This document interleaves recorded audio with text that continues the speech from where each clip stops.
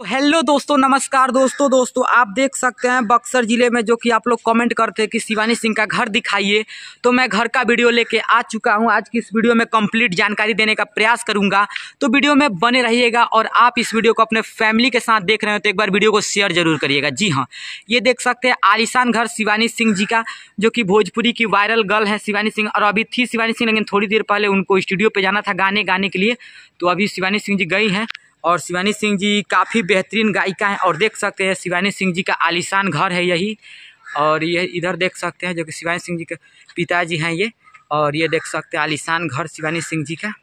यहाँ पे शिवानी सिंह जी के भाई हैं और शिवानी सिंह जी के दादाजी हैं।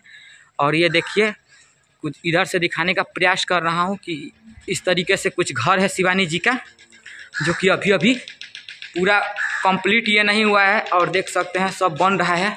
उधर का पूरा घर बन गया है, अब इधर का सब बन रहा है। और इधर से भी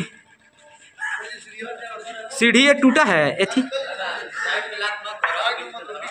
देख सकते हैं सीढ़ी अभी अभी जो कि ये बना हुआ है। और शिवानी सिंह जी का यह आलीशान बहुत जल्द महल बन के तैयार हो गया है, देख सकते हैं। और सब लोग शिवानी सिंह जी के मम्मी जी, पापा जी और सब लोग इसी आलीशान महल में रहते हैं, देख सकते हैं। यहाँ से नीचे का व्यू कुछ इस तरीके से होता है, नीचे का इस तरीके से लोकेशन है।